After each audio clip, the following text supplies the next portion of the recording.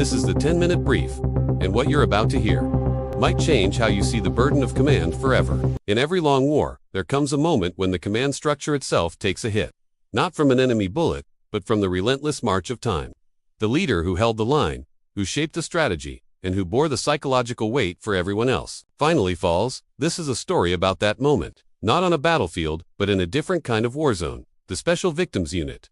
The news came not with a scream, but with a quiet gathering. Captain Olivia Benson walks into a barra scene that feels more like a debrief after a devastating loss than a celebration.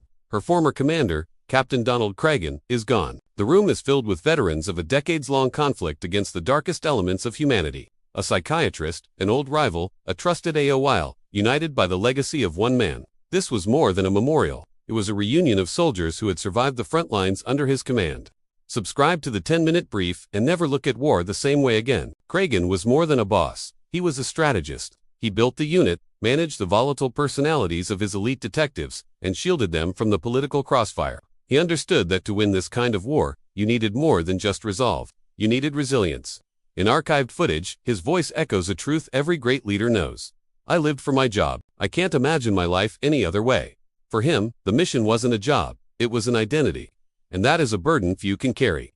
Outside the bar, Benson meets with her old partner, Elliot Stabler.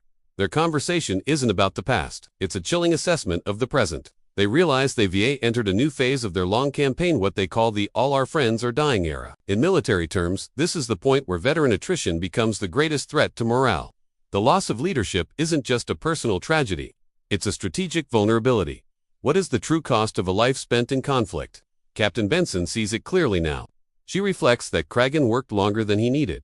2. Because the fight gave his life meaning. And in that, she sees herself. The mission becomes the man. The commander becomes the cause. This is the ultimate psychological contract of service, a debt, paid not in years, but in pieces of oneself. The lesson of Captain Cragen is a timeless one, relevant from ancient Rome to modern special ops. The strength of any unit, any army, any institution, flows from the top down. When a leader falls, the entire structure feels the shockwave. The question is, who steps up to bear the standard? Thanks for watching the 10-minute brief, where history isn't just told, it's felt.